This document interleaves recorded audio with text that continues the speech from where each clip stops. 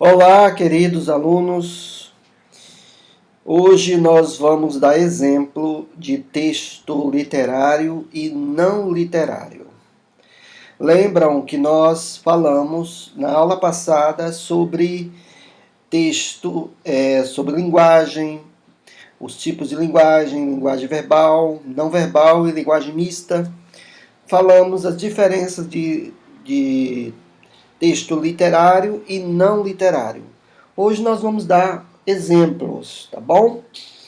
E eu vou pegar exemplos do Enem 2020, resolvendo as questões, né? Eu vou pegar 3 questões do Enem, para que vocês, desde já, se familiarizem com as questões do Enem. Então, você que está me ouvindo e é do segundo ano, é bom que você já se familiarize e nós vamos analisar os textos literários e não literários, tá bom? Então vamos lá para as questões do Enem. Primeira questão que nós vamos ver é a questão número 6 aqui, ó, linguagens, códigos e suas tecnologias. E nós vamos ler essa questão, tá bom? Diz aqui, ó. Vou-me embora para Pasárgada. Foi o poema de mais longa gestação em toda a minha obra. Vi pela primeira vez esse nome Pasárgada quando tinha os meus 16 anos e foi num autor grego. Esse nome de Pasárgada, que significa campos dos persas ou tesouro dos persas, suscitou na minha imaginação uma paisagem fabulosa. Um país de delícias, como de Lévitation au Voyage, de Baudelaire. Mais de 20 anos depois, quando eu morava só na minha casa da Rua do Curvelo, no momento de fundo desânimo, da mais aguda sensação de tudo o que eu não tinha feito em minha vida por motivo da doença, saltou-me de súbito do subconsciente este grito estapafúrdio. Vou-me embora para Pasárgada. Senti na redondilha a primeira célula de um poema e tentei realizá-lo, mas fracassei. Alguns anos depois, em idênticas circunstâncias de desalento e tédio, me ocorreu o mesmo desabafo de evasão da vida besta. Desta vez, o poema saiu sem esforço, como se já estivesse pronto dentro de mim. Gosto desse poema porque vejo nele, em esforço, toda a minha vida. Não sou arquiteto, como meu pai desejava. Não fiz nenhuma casa, mas reconstruí, e não de uma forma imperfeita neste mundo de aparências. Uma cidade ilustre, que hoje não é mais a Pasárgada de Ciro, e sim a minha Pasárgada. Vejam aqui que é de Manuel Bandeira, Itinerário de Pasárgada. Vejam bem, a primeira coisa que nós devemos perceber em uma questão do Enem é que nós devemos prestar toda a atenção no texto e no que pede do texto, porque os detalhes são muito importantes nas questões, para resolvermos as questões. Notem bem que uma dica para você é que, se você sabe quem é o autor, que é Manuel Bandeira, você já percebe que se trata de um texto literário, porque Manuel Bandeira era um poeta, certo? E, na verdade, esse texto vem de um livro de Manuel Bandeira falando da sua própria poesia. Falando da sua própria poesia. Isso demonstra o aspecto, o gênero textual é uma crônica. Por que uma crônica? Porque ele fala da sua própria poesia, ele conta os relatos, ele narra os relatos do que aconteceu ao fazer uma poesia. Vou para Pasárgada, poesia famosa de Manuel Bandeira. Então, ele fala sobre isso nesse livro, Itinerário da Pasárgada. Então, vejam bem que esse texto é um texto com aspecto literário. É um aspecto literário porque ele fala num aspecto de crônica. Ele tem um propósito não somente de informar, mas ele tem um propósito de demonstrar a sua inspiração, né? A sua inspiração. E aí, então, ele claro que também ele também informa, mas não somente isso. Ele traz uma consciência literária, da sua inspiração, tá bom? Então ele usa, de uma certa forma, é, um aspecto de crônica para falar sobre a sua poesia, tá bom? Então, poderíamos dizer que é um texto, isso aqui é um texto literário, embora ele use um aspecto narrativo, tá? Então, veja bem, quando ele fala que, ó, senti na redondilha a primeira célula de um poema, né? Então ele usa aqui uma metáfora, né? Redondilha é usada para os poemas, né? A primeira célula, e usa aqui, ó, a célula também, que é uma metáfora, né? Primeira célula de um poema, e tentei realizá-lo, mas fracassei. Alguns anos depois, em idênticas circunstâncias de desalento e tédio, me ocorreu o mesmo desabafo de evasão da vida besta. Desta vez, o poema saiu sem esforço, como se já estivesse pronto dentro de mim. Vejam que ele usa aqui novamente uma metáfora, né, gente? O poema, como se o poema fosse nascido, como se o poema nascesse dele, né? Saiu dele, estava pronto dentro dele, saiu dele, né? Gosto desse poema porque vejo nele um esforço toda a minha vida. Não sou arquiteto. Olha, novamente ele vai usar a metáfora do arquiteto. Então é claro que esse texto é um texto literário. Geralmente, minha gente, as crônicas são textos literários, tá bom? Muito bem, vamos responder a questão do Enem, essa questão do Enem. Vamos lá. O que pede o texto aqui, ó? Ó, aqui. Os processos de interação comunicativa prevêem a presença ativa de múltiplos elementos da comunicação, entre os quais se destacam as funções da linguagem. Vejam que ele pede as funções da linguagem. Nesse fragmento, a função da linguagem predominante é notem uma coisa interessante, a questão está pedindo a função da linguagem predominante. É sinal que aquele que fez essa questão, ele reconhece que há algumas funções da linguagem, realmente. Mas existe uma questão, uma função da linguagem que se sobressai, que é mais contundente, que é mais forte. E é essa que que a questão pede. Então vamos lá. As funções da linguagem, né, que são 5, né, aqui demonstrada. Vejam bem, primeiro ele diz aqui, é emotiva, porque o poeta expõe os sentimentos de angústia que o levaram à criação poética. Vejam bem, a função da linguagem emotiva é aquela que expressa a sua própria opinião, né? Que expressa a emoção do seu próprio ser. Geralmente, esses textos são usados na primeira pessoa do singular ou do plural. E notem que esse texto é usado na primeira pessoa do singular, né? Vejam bem aqui, né, que ele começa falando, vou-me embora vazar, foi o poema de mais longa gestação em toda a minha obra, né?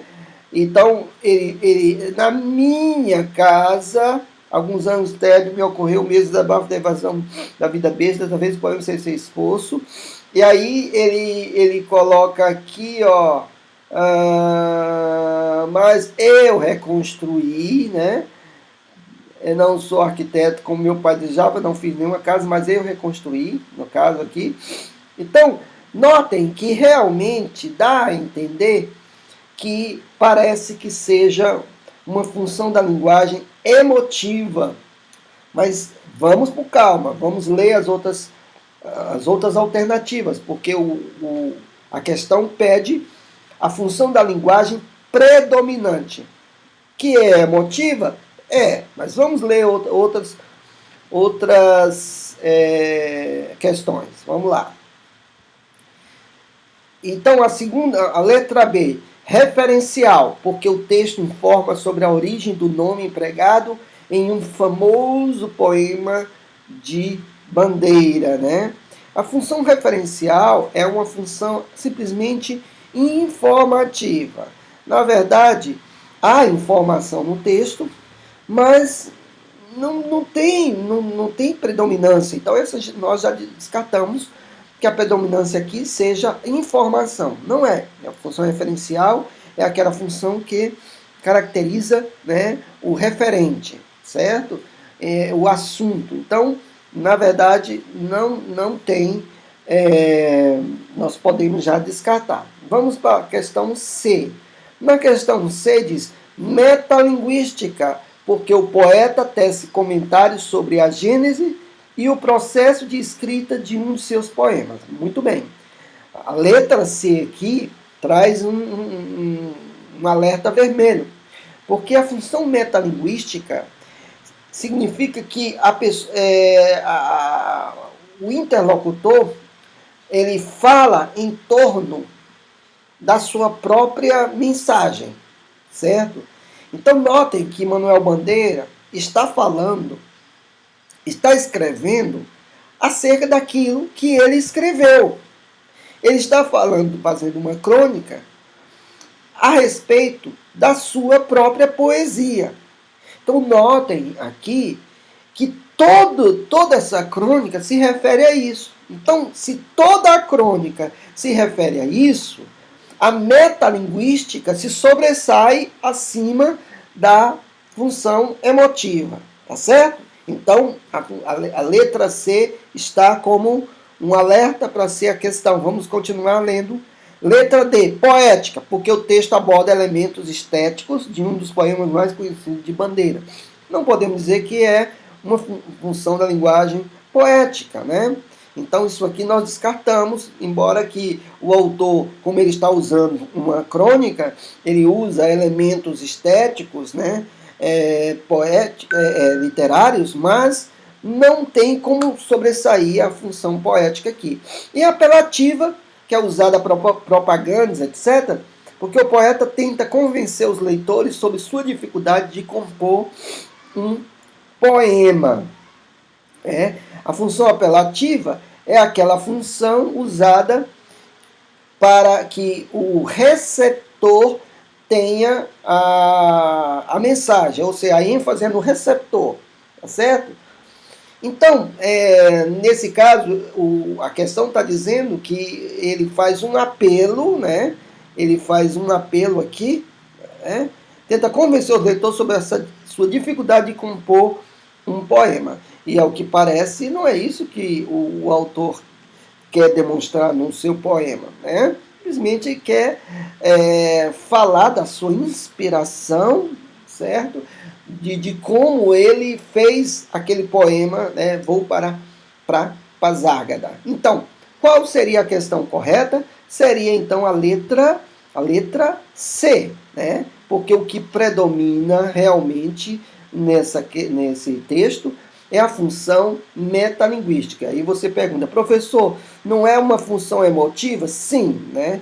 Por isso que se alguém não prestar bastante atenção, ele pode errar essa questão. É emotiva? Tem. É uma função emotiva? Também. Mas o que predomina, o que traz mais contundência no texto é a função metalinguística, tá bom? Então, a letra C é a resposta correta. Vamos para outra questão, falando de texto literário e texto não literário, é a questão número 10. Vamos lá, a questão número 10. Olha, esse texto aqui é um texto, vamos analisar se é um texto literário ou não literário. Questão número 10, vamos lá. Vamos ler, né? Diz aqui, tá? Prova do Enem. Sério gadolínio, lutécio, promécio e érbio, sumário, térbio e disprósio, ólmio, túlio e térbio.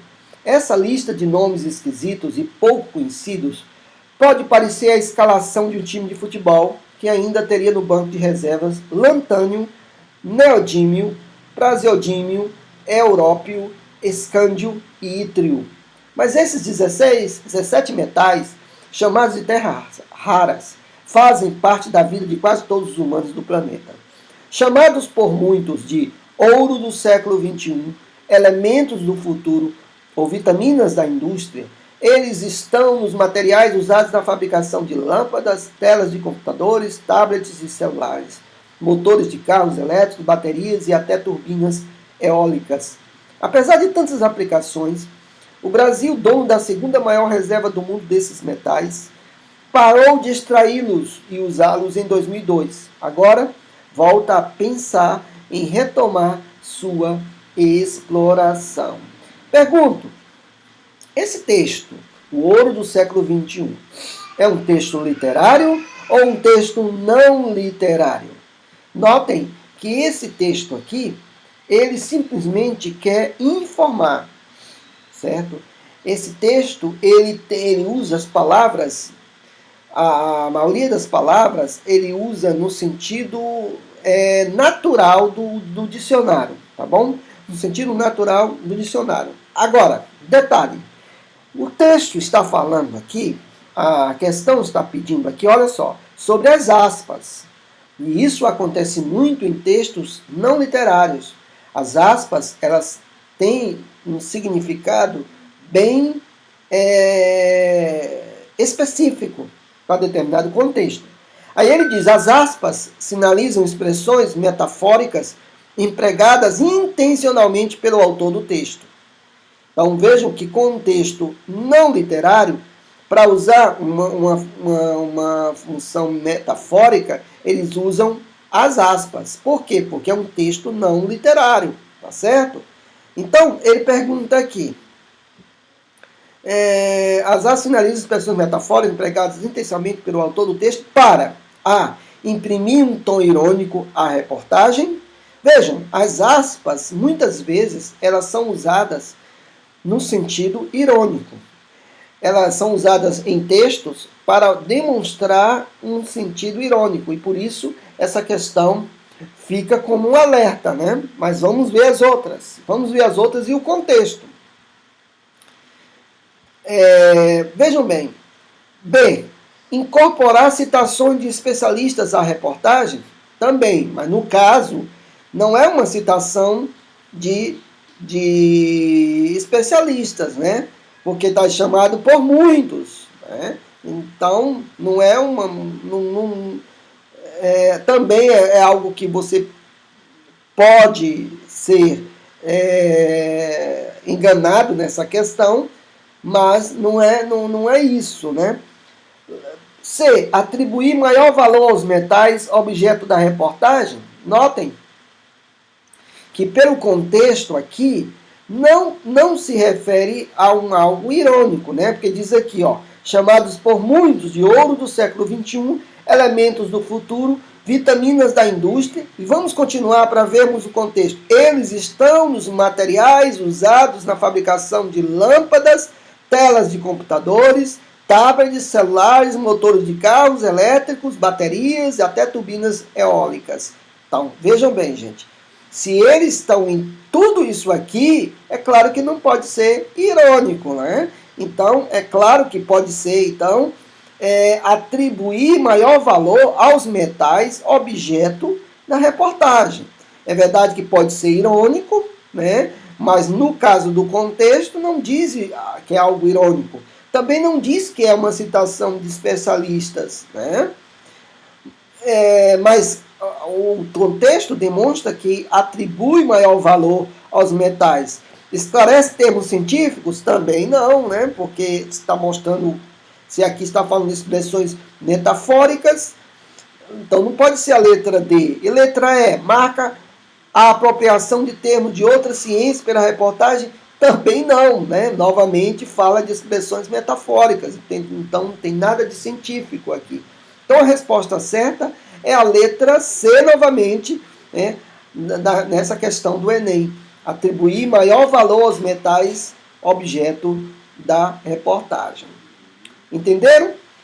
Então vamos para outra questão, a questão 19. A questão 19, né? Vamos lá para a questão 19. 16. 17. Tá aqui. Aqui, olha só que interessante. Né? Vamos analisar se é um texto poético, um texto literário ou não literário. Pela característica do texto, você já percebe que é uma poesia, né?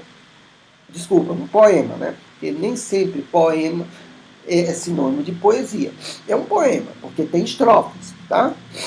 O senhor juiz, o instrumento do crime que se arrola nesse processo de contravenção não é faca, revólver ou pistola. Simplesmente, doutor, é um violão.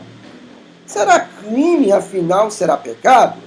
Será delito de tão vis horrores? Perambular na rua um desgraçado, derramando nas praças suas dores? Mande, pois, libertá-lo da agonia. A consciência assim nos insinua. Não sufoque o cantar que vem da rua, que vem da noite para saudar o dia. É o apelo que aqui lhe dirigimos. Na certeza do seu acolhimento, juntada desta aos altos nós pedimos, e pedimos, enfim, o deferimento. Aí eu pergunto, esse texto é um texto literário ou não literário? Nós podemos perceber que é um texto literário, né? É um texto literário, não somente pelo aspecto de poema, mas também porque há palavras e expressões metafóricas, né? Até mesmo o aspecto do gênero textual, que é um poema, já demonstra um aspecto literário, porque há uma criatividade na linguagem. Então, nós podemos perceber que aqui já é um texto literário, certo? E aí ele já coloca aqui como partes metafóricas, né? Instrumentos do crime que se arrola, e ele dá a entender que é simplesmente um violão. Será crime, afinal será pecado? Vejam que ele usa a palavra pecado. Será delito de tão vis horrores? Perambular na rua um desgraçado, derramando nas praças suas dores. Essa expressão derramar nas praças suas dores é uma expressão metafórica, né? As dores são derramadas nas praças como se fosse água, né? Ou se fosse um líquido. Mande, pois, libertá-lo da agonia. Vejam aqui, libertá-lo da agonia são expressões metafóricas. Então, é claro que é um texto literário. Mas vamos às questões. Essa petição de habeas corpus, ao transgredir o rigor da linguagem jurídica, notem que a habeas corpus é um termo jurídico que os advogados pedem ao juiz para que o seu cliente seja libertado, né, e alegando razões para que ele não esteja preso. Então o nome habeas corpus, aqueles que não sabem, significa isso. E o poema, em forma de cordel, ele é um pedido de habeas corpus ao juiz, tá certo? Então vamos lá. Aí a questão é o seguinte: essa petição de habeas corpus, ao transgredir o rigor da linguagem jurídica, permite que a narrativa seja objetiva e repleta de sentidos denotativos? É claro que nós vimos que não, né? Porque a narrativa ela não é tão objetiva, certo? E ela tem sentidos conotativos. Nós vimos ali muitas metáforas, né? Então, a letra A não pode ser a questão correta. B. Mostra que o cordel explora termos próprios da esfera do direito, ou Vejam bem, esse poema, ele não usa os termos no rigor da linguagem do direito, certo? Ele usa uma linguagem, vamos dizer assim, que se aproxima e usa também a linguagem metafórica, certo, do cordel, para fazer a sua petição. Então não pode ser essa questão também, né? Letra C. Demonstra que o jogo de linguagem proposto atenua a gravidade do delito. Então vejam bem, será que o autor não está querendo atenuar a gravidade do delito, né? O jogo de linguagem que ele usa, ele não tenta atenuar o delito dele. Olha só, quando ele usa, né? Mande, pois, libertá-lo da agonia, a consciência assim nos insinua. Não sufoque o cantar que vem da rua, que vem da noite para saudar o dia. É o apelo que aqui lhe dirigimos, na certeza do seu acolhimento. Juntada desta aos altos, nós pedimos, e pedimos, enfim, deferimento. Então vejam aqui que ele pedir deferimento significa para que ele aceite o habeas corpus. Então, de uma certa forma, é a letra C, demonstra que o jogo de linguagem proposto atenua a gravidade do delito. Então, vamos ler as outras questões. Exemplifica como um texto em forma de cordel compromete a solicitação pretendida? Não, né? O cordel não compromete. Nós podemos ver que não compromete, mas ele até ele traz uma beleza, uma forma diferente, literária e artística.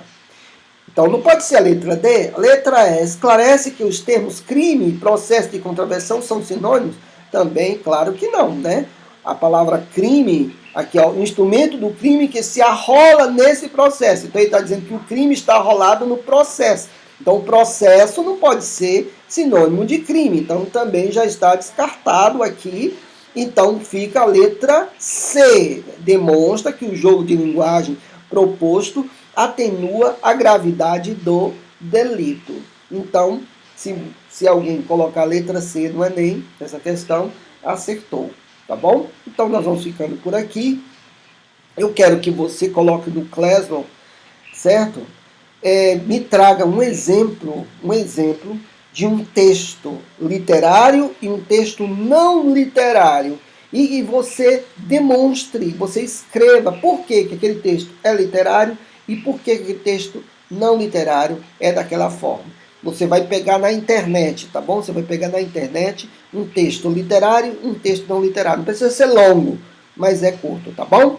Um abraço a todos.